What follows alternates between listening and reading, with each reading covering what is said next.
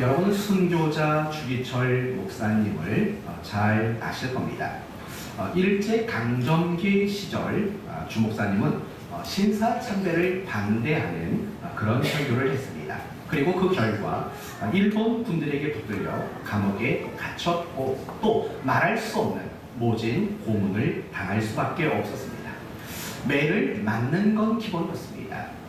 고춧가루를 탄 물 코 속으로 집어넣는 일들, 손톱과 발톱 사이에 바늘로 찌르는 일들, 그거 말고도 전기고문을 당하셨고 여러분이 잘 아시는 그 못이 박힌 판자 위를 또 걸으셨던 이런 많은 고문을 당했다는 사실을 여러분은 잘 아실 겁니다. 그럼에도 불구하고 주기철 목사님은 신사참배를 끝까지 반대하며 그분의 신앙을 온전히 지킬 수 있었습니다.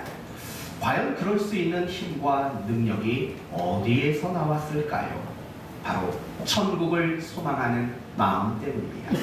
이것을 조금만 더 신학적인 용어로 바꾸어 말한다면 그분에게는 분명한 확고부동한 내세 신앙이 그분께 있었기 때문이라는 겁니다. 그래서 이 주목사님이 늘 즐겨 부르던 찬송이 491장입니다. 저 높은 곳을 향하여 라는 찬양입니다. 여러분 그 가사 잘 아시죠? 저 높은 곳을 향하여 날마다 나아갑니다. 내 뜻과 정성 모아서 날마다 기도합니다. 내 주여 내 마음 붙드사 그곳에 있게 하소서. 그곳은 빛과 사랑이 언제나 넘치옵니다. 아멘. 이 찬양을 늘 부르면서 주 목사님은 천국을 소망하는 그런 내세 신앙을 가지고 사셨던 것입니다. 그리고 그 결과 그 어떤 고문과 그 어떤 박해 속에서도 그 신앙을 잘 견뎌낼 수 있었다는 겁니다. 사랑하는 성도 여러분, 맞습니다. 우리도 천국을 바라보며 살고 우리도 천국을 소망하며 산다면 우리도 내세 신앙을 가지게 된다면 주기철 목사님과 같이 그런 순교자와 같은 신앙인으로 이 땅을 살아갈 수 있는 겁니다. 오늘 본문 역시 사도 바울도 내세 신앙을 분명히 가지고 있었다라고 말하고 있습니다. 그러므로 오늘 말씀을 통해서 성경이 말하는 내세 신앙이란 과연 무엇인가 이걸 확인함으로 여러분의 신앙에 큰 유익과 담대함을 얻는 그런 시간이 되시기를 예수 그리스도의 이름으로 축원드립니다. 오늘 말씀은 23절에서부터 26절까지를 중심으로 살펴보려고 합니다. 먼저 23절을 봅시다. 23절. 내가 그 둘 사이에 끼었으니. 여러분 이 둘 사이라는 건 도대체 무엇이었습니까? 내가 천국에 가고 싶은 마음과 이 땅에서 살고자 하는 마음, 이 두 마음 사이에 바울은 항상 있었다는 겁니다. 그러나 바울이 더 원하는 마음은 무엇이라고 말합니까? 차라리 세상을 떠나서 그리스도와 함께 있는 것이 훨씬 더 좋은 일이다. 무엇을 더 생각했던 겁니까? 천국을 더 많이 생각한 겁니다. 종종 연세 드신 분들이 이런 말합니다. 에휴, 빨리 죽어서 천국이나 가야지. 그런 것과 차원이 다르다는 말을 잊지 마십시오. 보통 신자들 중에서 아유 빨리 죽고 천국 가는 게 나아 이렇게 말할 때 의미가 뭔지 아십니까? 아유 이 고달픈 세상 살기 싫어 이런 의미로 그런 말을 합니다. 그러나 여러분 사도 바울이 천국을 그렇게 소망하는 이유는 힘들고 어려운 세상을 도망가고 피하는 그런 이유가 아닙니다. 오늘 23절은 분명히 말하죠. 세상을 떠나서 그리스도와 함께 있는 것, 이게 그의 천국을 소망하는 이유라는 겁니다. 주님과 함께 살고 싶은 마음, 이 마음에서부터 사도 바울은 천국을 소망하는 마음, 내세를 소망하는 그 마음을 가지고 있었다는 겁니다. 우리가 이 구절을 통해서 첫 번째로 생각할 것은 이런 겁니다. 내세는 있다라는 겁니다. 분명히 내세는 존재하는 겁니다. 여러분, 내세란 무엇입니까? 내세란 죽음 이후에 맞이할 새로운 세계. 불교에서는 3세가 있다고 말합니다. 3세. 첫째는 전세, 현세, 그리고 내세. 세 가지가 있다고 말합니다. 뭐 비슷하지 않습니까? 우리도 이전의 삶이 있었던 거고, 물론 전생이 있었다는 말이 아니라 예전의 삶이 있었던 거고, 지금의 삶이 있었던 거고, 그리고 나중에 미래 내세의 삶이 분명히 있는 겁니다. 조금만 더 구체적으로 말하면 신자들에게는, 아니요, 신자들에게만이 아닙니다. 이 땅에 태어나는 모든 사람에게는 다 내세가 있는 겁니다. 단지 장소가 다른 거죠. 우리 믿는 자들에게는 영원한 천국이 내세가 되는 거고, 믿지 않는 자들에게는 영원한 지옥이 그들의 내세가 되는 겁니다. 간혹 그걸 깜빡하는 분들이 있습니다. 믿는 사람은 천국 가지만 믿지 않는 사람은 그 영혼이 사라져버린다 말하는 사람이 있습니다. 그건 아닙니다.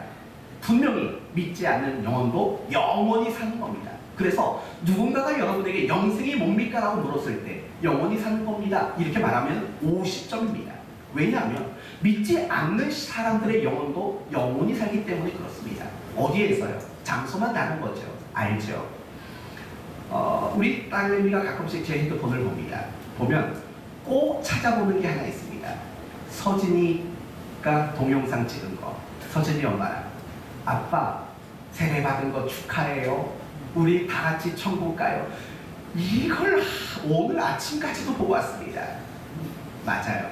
우리 예수 믿는 사람들, 그들에게는 내세가 반드시 천국일 수밖에 없는 겁니다. 그런데 중요한 것은 그겁니다. 과연 여러분은 내세를 확신하고 살아가고 있는지, 이게 너무나도 중요한 질문인 겁니다. 혹시라도 여러분 이 세상이 전부라고 착각하며 그렇게 살고 있지는 않습니까? 죽으면 끝이라는 마음을 가지고 혹시 살고 있지는 않습니까? 그렇지 않습니다. 우리에게는 영원한 천국이라는 내세가 분명히 있다는 사실을 믿는 여러분 되시기를 바랍니다.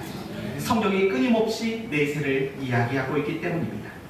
마태복음 22장 보시면 부활을 부인하는 사두개인들, 그들을 향해서 주님이 하셨던 말씀이 있습니다. 이런 말을 하셨습니다.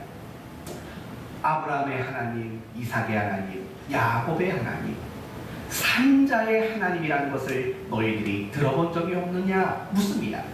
여러분 이 말의 요지가 뭐라고 생각하십니까? 이런 뜻입니다. 분명히 아브라함과 이삭과 야곱은 이 땅에서 다 죽은 자들입니다. 그러나 그들은 내세에서 지금 산자로 살아가고 있다라는 고백이, 그들은 산자의 하나님이시다라는 그런 믿음의 고백인 겁니다. 결국 그 말씀 역시도 내세가 있다라고 분명히 말하고 있는 거 아닙니까? 누가복음 16장 말씀을 보시면 부자와 나사로의 비유가 나옵니다. 이 두 사람, 한 사람은 부자로 살았고 한 사람은 거지로 살았습니다. 둘 다 살다 죽었습니다. 그러나 이 거지 나사로는 아브라함의 품에 안겼고 이 부자는 음부에서 고통당하고 있다라는 비유가 나옵니다. 결국 그 비유는 역시 무엇입니까? 내세는 분명히 있다라는 비유 아니겠습니까? 누가복음 23장 말씀을 보시면 예수님이 십자가에 못 박혔을 때 우편 강도에게 이런 말씀을 합니다. 내가 오늘 나와 함께 낙원에 거하리라. 여러분 이 말씀도 역시 분명히 내세가 있다는 것을 언급하고 있는 내용입니다. 더불어서 예수님의 모습을 생각해 보십시다. 예수님은 우리의 죄를 위해 죽으시고 장사되시고 부활하셨습니다. 그리고 40일간 이 땅에 생존하셨고 그리고 승천하셨고 하나님 보좌 우편에 앉아 계신다라고 빌립보서는 말합니다. 예수님이 하늘 보좌 우편에 앉으셨다. 그리고 예수님이 죽었다가 살아나셨다. 결국 뭘 말하는 겁니까? 내세가 있다는 사실을 분명히 말하고 있다는 겁니다. 그래서 성경은 늘 하나님의 백성들의 삶을 뭐라고 말하냐면 나그네라고 이야기를 합니다. 그래서 야곱이라는 인물도 자신이 야곱 앞에서, 아니 애굽 왕 바로 앞에서 자신을 소개할 때 이렇게 소개합니다. 나그네 세월을 살았나이다 라고 고백을 합니다. 그리고 모세도 역시 자기 백성들을 향해서 뭐라고 말하냐면 나그네다 라고 그렇게 부르고 있습니다. 어디뿐입니까? 베드로 사도 역시 우리 모든 성도들을 향해서 나그네 인생이다 라고 말했습니다. 바울 역시도 빌립보서 2장에서 이렇게 말합니다. 우리의 시민권은 어디에 있다고요? 하늘에 있노라 라고 말합니다. 더 나아가서 히브리서 11장을 보면 그 믿음의 조상들 모두가 더 나은 본향을 사모했다라고 말합니다. 결국 이런 성경 구절 모든 것들이 결국 우리에게 뭘 말하는 겁니까? 이 세상이 전부가 아니라는 거죠. 이 세상이 끝난 후 반드시 우리에게는 내세가 있다는 것을 성경은 처음부터 끝까지 우리에게 그렇게 강하게 말하고 있는 겁니다. 그런데도요, 뜻밖에도 살면서 우리가 이 세상에서 천년만년 살 것 같은 그런 모습으로 살 때가 얼마나 많은지 모릅니다. 성도 여러분, 한번 물어볼까요? 여러분은 언제 몇 살 때쯤 나도 죽겠다라는 내 죽음에 대해서 생각해 보는 게 언제쯤이십니까? 아마 20대, 30대? 아마 그런 생각 안 하고 살 겁니다. 40대가 넘어가고 50대가 넘어가면 그때 비로소 내 주변에 죽어가는 사람들을 보면서 아, 나도 죽겠구나 라는 그 생각을 비로소 하지 않습니까? 거의 상당수 많은 사람들이 정말 세상에서 영원히 살 것처럼 그렇게 살아갈 때가 얼마나 많은지 모릅니다. 아닙니다. 천년 만년이 아닙니다. 한순간인 겁니다. 그래서 성경은 우리의 인생을 또 이렇게 말합니다. 들에 핀 꽃과 같고 풀과 같다. 또 우리의 인생을 아침 안개와 같다라고도 이야기합니다. 모세는 우리의 인생을 더 멋지게 설명했습니다. 날아가는 무엇과 같다? 이거 맞추신 분 오늘 큰 상이 있습니다. 점심 2번 드십시오. 제가 맨날 드릴 수 있는 상은 고작 그거밖에 없습니다. 점심 2번 드십시오. 제가 기도를 2배로 해드리겠습니다. 모세는 우리의 인생을 날아가는 뭐라고 표현을 했을까요? 화살. 정답입니다. 지금 입으로 화살을 말하신 분이 3분 있었습니다. 기억해 두겠습니다. 네, 맞습니다. 우리의 인생을 날아가는 화살과 같다. 그렇게 말한 겁니다. 우리는 반드시 죽을 겁니다. 그리고 반드시 하나님 심판대 앞에 설 겁니다. 그리고 천국 아니면 지옥이라는 영원한 내세를 살게 될 것입니다. 사랑하는 성도 여러분, 여러분은 정말 내세가 있다고 믿으십니까? 뭘로 증명하십니까? 제가 목회를 하면서 또 설교를 하면서 정말 중요하게 생각하는 단어가 늘 증명입니다. 증명. 믿으면 믿는 거지 뭐 증명까지 필요합니까? 아닙니다. 증명할 수 있어야 되는 겁니다. 여러분이 히브리서 11장을 보면 믿음의 사람들이 다 믿음으로 누구는 이라고 말하지 않습니까? 그런데 그 뒤에 나오는 모든 내용들은 다 증명이었습니다. 에녹이 믿음이 있다는 증명이 무엇으로 나타났습니까? 하나님과 동행하는 것. 노아가 믿음이 있다는 것이 무엇으로 증명됐습니까? 방주를 만드는 것. 아브라함이 믿음이 있다는 것이 무엇으로 증명됐습니까? 고향을 떠나는 것. 그렇죠? 모든 믿음을 그들은 다 증명해 냈습니다. 삶으로. 그렇다면 여러분이 정말 우리의 죽음 이후에 영원한 내세가 있다는 것을 믿는다면 증명이 있어야 되지 않을 겁니까? 뭘로 증명하시겠습니까? 뭘로 증명하실 수 있겠습니까? 이렇게밖에는 증명이 안 됩니다. 내세라는 것은 영원한 겁니다. 그렇죠? 하지만 우리가 살아가는 이 세상과 내 삶은 절대 영원하지 않습니다. 그렇기 때문에 내세가 영원한 것이기 때문에 영원한 것을 추구하는 것 말고는 내가 내세를 믿고 확신한다라는 다른 증명이 있을 수 없는 겁니다. 영원한 것이 무엇입니까? 하나님이시죠. 또 영원한 게 무엇입니까? 말씀이죠. 또 영원한 것이 무엇입니까? 사랑이죠. 또 영원한 게 뭡니까? 천국이죠. 정말 여러분의 삶 속에서 영원한 것들을 추구하고 영원한 것들의 가치를 두고 영원한 것들을 더 사랑하고 좋아하신다면 여러분은 내세 신앙을 가지고 있는 것이 확실합니다. 그렇지만 반대로 여러분이 지금 이 땅을 살아가면서 여러분이 정말 추구하고 있는 것, 여러분이 높은 가치를 매기는 것, 여러분의 우선순위, 그것이 영원한 것이 아니라면, 만약에 돈이고 명예고 권세고 어떤 썩어져 버릴 것들을 추구하고 살아가신다면 미안하지만 여러분은 도무지 어떤 방법으로도 여러분이 내세 신앙을 가졌다는 것을 증명할 길이 없는 것 아닙니까? 주기철 목사님을 다시 생각해 보십시오. 그 모진 고통 속에서도 그걸 이겨낼 수 있는 이유가 뭡니까? 내세 신앙이 있었던 겁니다. 영원한 것들을 붙들었기 때문에 잠시 있다 없어질 명예와 생명과 어떤 안일함과 평안함, 그걸 추구하지 않은 거죠.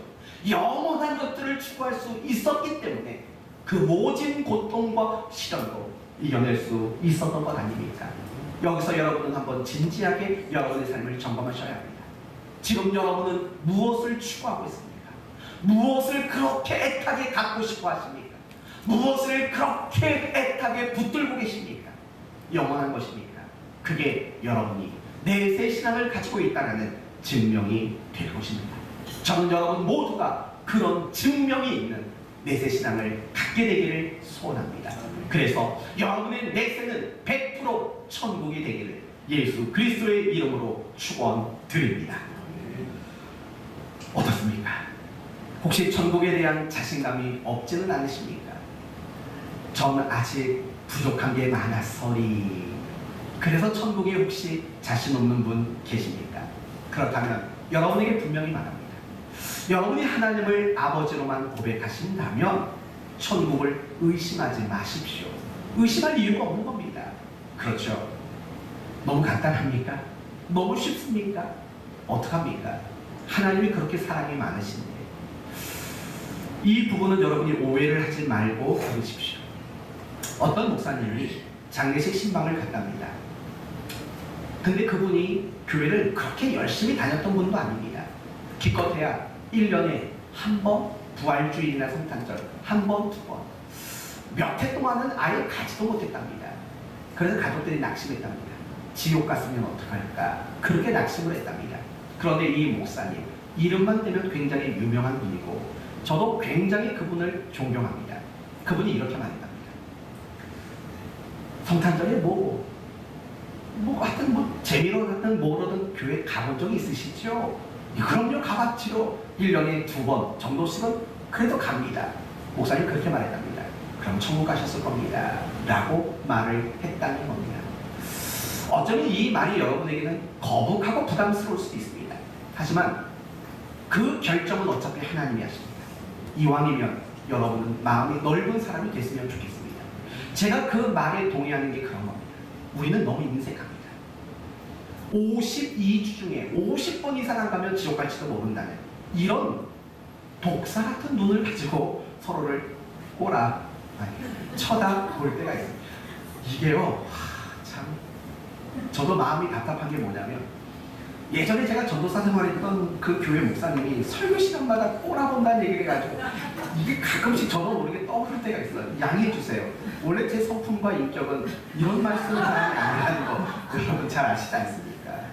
제가 어디 가서 그런 말을 해보겠습니까? 저는 욕도 해본 기억이 거의 없습니다. 학창 시절에도 그렇게 욕해본 기억도 거의 없는 사람인데 이건 그냥 네, 아무튼 그렇다고 치고 하나님이 우리를 구원하시는 것 그거는요 정말 까다롭게 그렇게 말씀하지 않으셨어요. 우리에게 구원을 주시는 것은요 아주 너그럽게 우리를 대우하신다는 거 잊지 마십시오. 그러나 문제는 우리가 그리스도인으로 살아가는 삶에 대해서는 분명히 좁은 문을 말하고 있다는 것은 분명하다는 것을 기억하십시오. 그렇기 때문에요 우리가 하나님을 아버지라고만 불러도 그분에게는 천국이 약속된 거고 확신이 있어야 마땅하다는 겁니다. 로마서 8장의 그 얘기입니다. 이런 말이 나옵니다. 너희는 다시 무서워하는 종의 영을 받지 아니하고 양자의 영을 받았으므로 우리가 아빠, 아버지라고 부르니라. 무슨 말이죠? 성령이 임한 사람은 하나님을 아버지라고 부를 수 있다는 겁니다. 여러분 성령이 임했다는 말은 뭡니까? 이미 그 사람은 구원받았고 그 사람은 천국 백성으로 인쳐졌다는 이야기입니다. 하나님을 아버지라고 부르는 것 그거 하나면 충분합니다. 물론 천국 백성이 된 다음에 의무와 책임 그것을 당연히 감당해야지만 우리가 천국 하나만 놓고 이야기한다면 여러분이 하나님을 아버지라고만 고백할 수 있다면 여러분이 가지고 있는 그 천국은 의심할 여지가 전혀 없는 겁니다. 그러므로 저는 여러분 모두가 천국이라는 그 내세 신앙을 가지고 살아가는 그런 여러분 모두가 되기를 다시 한번 주의 이름으로 축원드립니다. 그렇다면 조금만 더 중요한 이야기를 해봅시다. 내세 신앙을 왜 가져야 합니까? 내세 신앙이 우리 모두에게 필요한 이유는 뭡니까? 그래야 그리스도인다울 수 있기 때문입니다. 그래야 우리는 더 능력 있는 그리스도인의 삶을 살 수 있기 때문입니다. 사도 바울을 생각해 봅시다. 바울은 사도로서의 사역을 감당하는 일에 굉장히 많은 어려움을 겪었다는 거 아시지요? 고린도후서 11장 말씀을 보시면 그가 당한 일들을 반 페이지나 기록합니다. 먹지 못하고 자지 못하고 춥고 배고프고 맞고 죽을 고비 넘기고 바다에서 파선할 뻔하고 강도를 만나고 자기가 겪었던 말할 수 없는 고통의 시간들을 반 페이지나 기록합니다. 그런데 바울은 그 중심과 그 본심과 그 진실된 신앙의 모습이 단 한순간도 포기되거나 단 한 번도 꺾이지 않았다는 겁니다. 이유가 뭘까요? 그게 바로 내세 신앙의 위력이라는 겁니다. 오늘 본문 분명히 말하지 않습니까? 내가 차라리 세상을 떠나 그리스도와 함께 있는 것이 훨씬 좋은 일이다. 그래서 사도행전 20장을 보면 어떤 한 선지자가, 무명의 선지자가 바울에게 이렇게 말을 합니다. 당신 예루살렘에 올라가면 결박당해 죽습니다. 그 이야기를 듣고 성도들이 울며 불며 말립니다. 가지 마십시오. 가지 마십시오. 그러나 바울은 말합니다. 나의 달려갈 길과 주 예수께 받은 사명, 곧 하나님의 은혜의 복음을 증거하는 일에는 나의 생명을 조금도 귀한 것으로 여기지 않겠습니다. 고백을 합니다. 그리고 정말로 두려움 없이 담대하게 발걸음을 예루살렘으로 옮겨갔습니다. 사랑하는 성도 여러분, 어떻게 그럴 수 있습니까? 분명히 내세 신앙, 천국에 대한 내세 신앙이 그의 삶을 애워싸고 있었기 때문 아니겠습니까? 아리마대 요셉이라는 사람 아시지요? 이 사람은 예수님의 시신을 가져다가 자신이 위에 만들어진 무덤에 장사 지는 사람입니다. 아주 믿음이 좋고 훌륭한 사람입니다. 그런데 이 아리마대 요셉이라는 사람의 직업이 뭔지 아십니까? 공의회 의원이었습니다. 여러분, 공의회가 뭡니까? 예수님을 십자가에 죽이기로 작정한 사람들의 모임이 공의회 아닙니까? 그 사람들의 회원이었습니다. 그런데도 당당하게 그 사람들에게 예수의 시체를 내놓으라고, 내가 그를 위해 장사 지내겠다고. 여러분, 그거 쉬운 일입니까? 목숨 건 일들입니다. 그럼에도 불구하고 그가 그런 일을 할 수 있었던 이유가 뭡니까? 마가복음 15장 보면 이런 말이 나옵니다. 그가 하나님 나라를 기다리는 자라. 하나님의 나라를 기다리는 내세 신앙, 천국이라는 분명한 내세 신앙을 그가 가지고 있었다고 말합니다. 다윗을 보십시오. 한평생 하나님 마음에 합한 자로 살았습니다. 정말 왕들을 평가하는 기준이 될 만한 모범적인 삶을 살았습니다. 그럴 수 있었던 이유는 과연 뭡니까? 역대기에 이런 말씀이 나옵니다. 이방 나그네와 거류민들이라 세상에 있는 날이 그림자 같아서 희망이 없나이다. 뭡니까? 다윗도 역시 천국에 대한 분명한 내세 신앙을 가지고 있었던 겁니다. 초대교회 성도들 마찬가지 아닙니까? 많은 박해가 있었음에도 불구하고 그들의 믿음이 기쁨과 감사로 충만할 수 있었던 이유가 뭡니까? 그들에게는 분명한 천국에 대한 내세 신앙이 있었기 때문입니다. 1세기 초대교회 성도들, 그들은 특별히 로마 사람들에 의해서 많은 박해를 받았습니다. 여러분, 그 이유 아십니까? 로마인들이, 로마 황제가 왜 기독교인들을 그렇게 박해했는지 이유 아십니까? 그 이유를 읽고 저는 놀랐습니다. 우리는 단지 이방 종교고 그런 차원으로 생각할 것 아닙니까?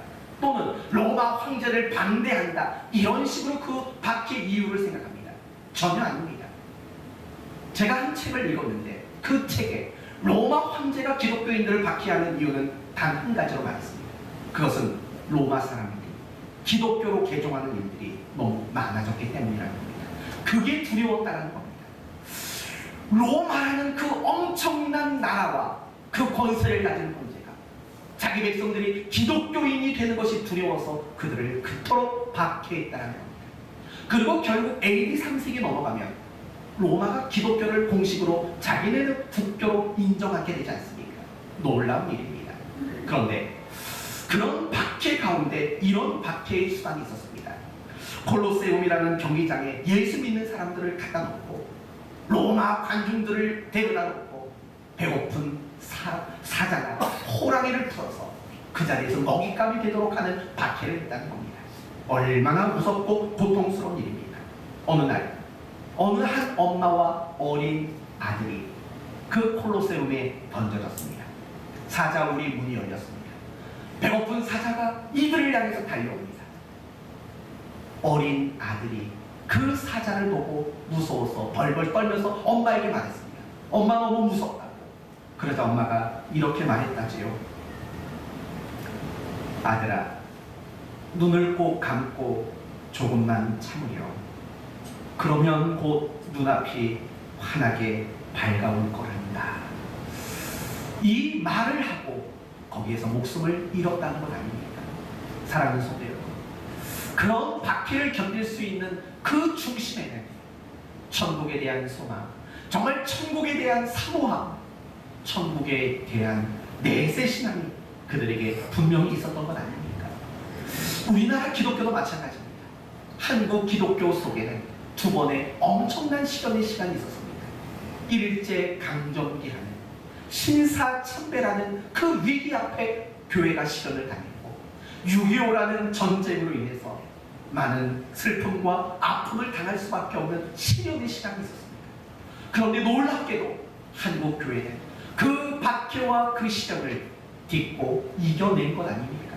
정말 이 대한민국이라는 나라에 소망이 된 거 아닙니까? 이유가 뭡니까? 바로 천국에 대한 소망, 천국에 대한 확신, 천국에 대한 분명한 내세 신앙이 우리 한국교회 성도들에게 분명히 있었던 것 아니겠습니까? 그러나 오늘날 우리의 모습은 어떻습니까? 밖에 없습니다. 혹시 여러분 중에 교회 간다고 여러분에게 어떤 해코지라는 사람 주변에 있습니까? 적어도 이 자리에는 없습니다. 왜 교회 더 안 가냐고 야단치는 부모도 있어서 너 교회 갔어? 이런 부모 없지 않습니까? 여러분 다니는 직장에서 여러분이 예수 믿는 사람이라는 이유로 여러분에게 말도 안 되는 짓 하는 사람 몇 명이나 있습니까? 사소한 감정의 문제는 있을 수 있지만 여러분에게는 박해와 시련의 문제 사실 찾아보기 어려운 거 아닙니까? 얼마나 신앙생활하기 좋습니까? 에어컨도 시원하게 나오지 않습니까? 옛날 생각해보세요. 그 작은 예배당에 뭐 옛날에 선풍기라도 제대로 있었겠습니까? 꽉 들어찬 성도들이 땀을 삐질삐질 흘리면서 예배 드렸을 거 아닙니까? 요즘은 어떻습니까? 너무 시원해서 춥기까지 합니다. 얼마나 환경이 좋습니까? 프로젝트가 있어서 원하는 건 아무렇지 않게나 다 접할 수 있지 않습니까? 그러면 이런 환경에서 살아간다면 우리의 신앙은 더 강해져야죠. 그런데 뜻밖에도 우리의 신앙은 갈수록 나약해집니다. 갈수록 세상과 타협하는 일들이 많아지고 도리어 세상을 더 좋아하고 도리어 세상의 기쁨을 더 찾아가는 성도들이 얼마나 많습니까? 이유가 뭡니까? 천국이 마음에 안 들어오는 겁니다.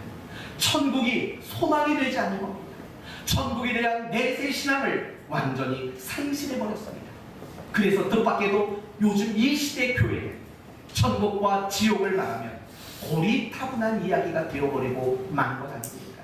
여러분, 저도 이 말씀을 여러분에게 드리면서 참 미안하고 창피합니다. 제가 1년을 설교하며 여러분에게 천국에 대한 이야기를 몇 번 했을까? 제가 여러분에게 지옥에 대한 이야기를 몇 번 했을까?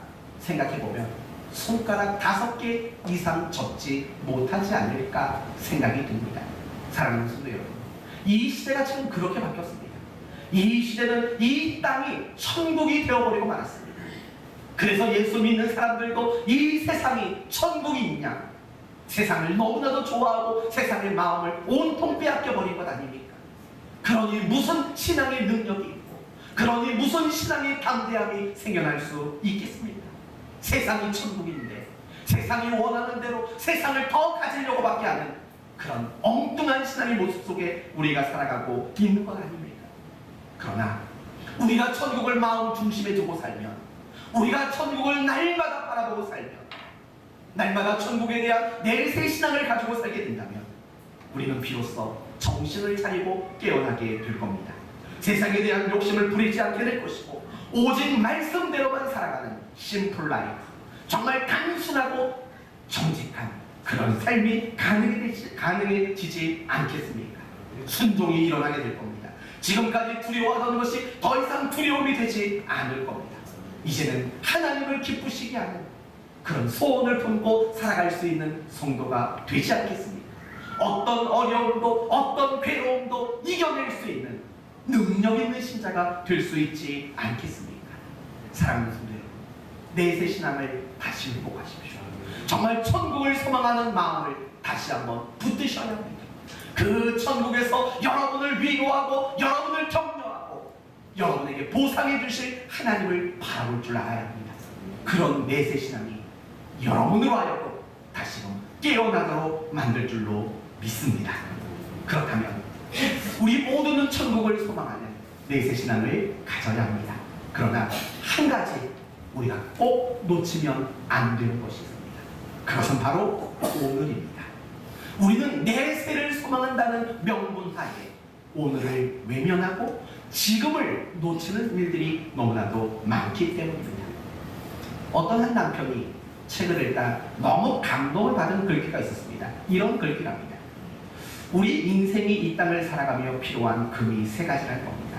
황금, 소금, 지금. 이 지금이라는 말을 확 마음에 와닿는 겁니다. 그래서 아내에게 문자를 보냈습니다. 여보, 사람이 세상을 살면서 필요한 세 가지 금이 뭔 줄 알아? 답이 잠시 후에 왔습니다. 이렇게 왔답니다. 현금, 지금, 입금. 현금, 지금, 입금. 이 말을 듣고 남편이 뭐라고 답변했냐면 이렇게 답장을 보냈답니다. 현금, 조금, 입금. 아주 지혜로운 남편 아닙니까? 여러분, 유머지요. 근데요, 그 말 속에는 정말 의미심장한 말이 있는 겁니다. 정말 천국을 소망한다는 것, 내세 신앙을 가졌다는 거는요, 오늘을 소중히 여긴다는 말과 똑같다는 거죠.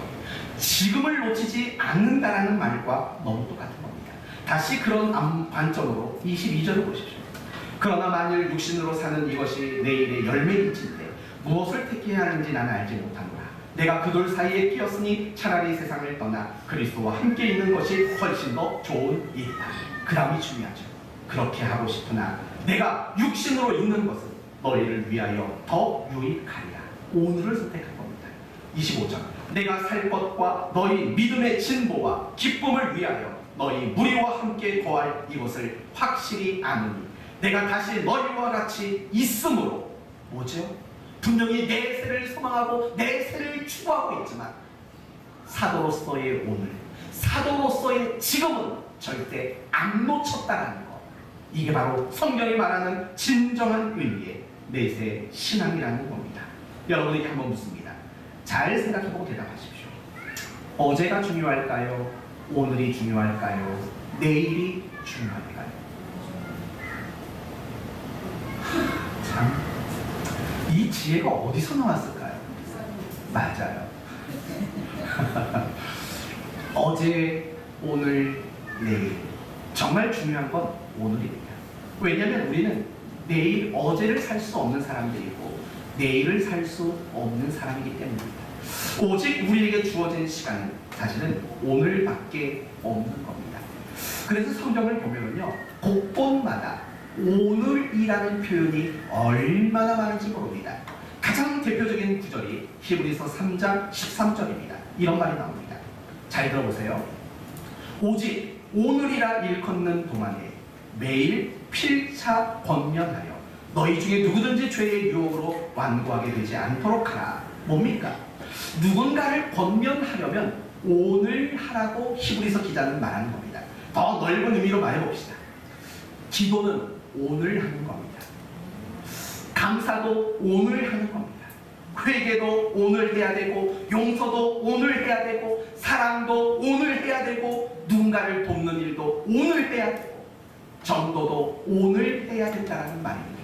우리는 오늘이라는 날밖에는 우리에게 주어지지 않았기 때문입니다. 그래서 러시아의 문호 톨스토이는 이렇게 말했습니다. 당신에게 가장 중요한 때는 현재이며 당신에게 가장 중요한 일은 지금 하고 있는 일이며 당신에게 가장 중요한 사람은 지금 만나고 있는 사람이다. 그렇습니다. 그리스도인이라면 당연히 오늘을 그 어떤 날보다도 소중하게 여길 줄 알아야 한다는 것입니다. 그런데 많은 그리스도인들이 하는 실수가 뭔지 아십니까? 오늘을 외면하고 내일로 미룬다는 겁니다. 내일부터 성경 읽어야지. 내일부터 기도해야지. 내일부터 예배 잘 드려야지. 내일부터 가정 예배 드려야지. 여유가 되면 11조를 해야지. 시간 여유가 생기면 그때 가서 봉사해야지. 잘 되면 일해야지. 우리는 오늘 해야 될 일을 내일로 미룰 때가 얼마나 많은지 모릅니다. 그런데 여러분, 제가 목회를 하면서 얻은 한 가지 깨우침이 뭔지 아십니까? 내일로 미루겠다라는 말과 안 하겠다라는 말은 동일한 겁니다. 동일한 말이라는 겁니다. 물론 나중에 하겠다라는 여러분의 말을 거짓말로 치부해버리는 게 아닙니다. 사실이죠. 진심이죠. 그러나 여러분의 그 진심이 사실이 아무리 그렇다고 쳐도 내일로 미룬다면 사실 안 하게 되는 겁니다. 제가 너무 많이 봤습니다. 뱃속에 아기가 있을 때는 뭐라고 말하냐면 아기가 태어나면 잘해야지요. 아기가 태어났습니다. 잘해야지요. 그럼 또 이렇게 말합니다. 아기가 학교 가면 잘할게요. 네, 알겠어요. 아기 학교 갔습니다. 잘해야죠. 애가 대학 가면 하겠답니다. 네, 기다려야죠. 애가 대학 갔습니다. 애가 장가 가면 한다.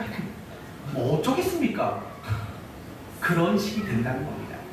여러분, 오늘까지 진탕 먹고 내일부터 다이어트 하겠다고 해서 성공한 사람 봤습니까?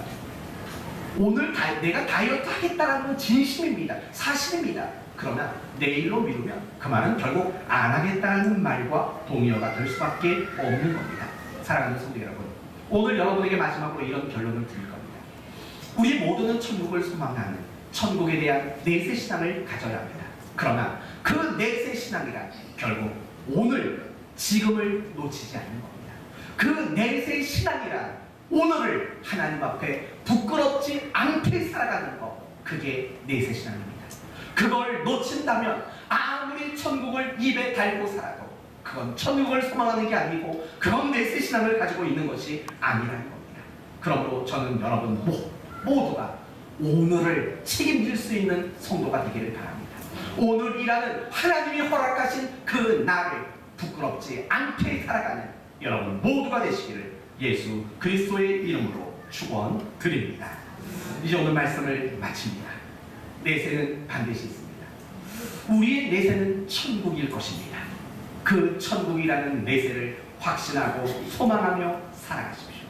그래야 여러분은 더욱더 능력 있는 그리스도의 삶이 가능하게 되는 겁니다. 그러나 잊지 마십시오. 오늘, 지금을 놓치지 않는 사람, 오늘 이 순간을 하나님 앞에 부끄럽지 않게 살아가는 사람이 되는 것, 그걸 놓치지 않는 게 진짜 천국을 소망하는 거고, 그게 바로 진짜 내세 신앙이라는 것을 기억하셔서 이 땅에서도 그리고 내세에서도 칭찬받는 여러분 모두가 되시기를 예수 그리스도의 이름으로 축원드립니다. 아멘.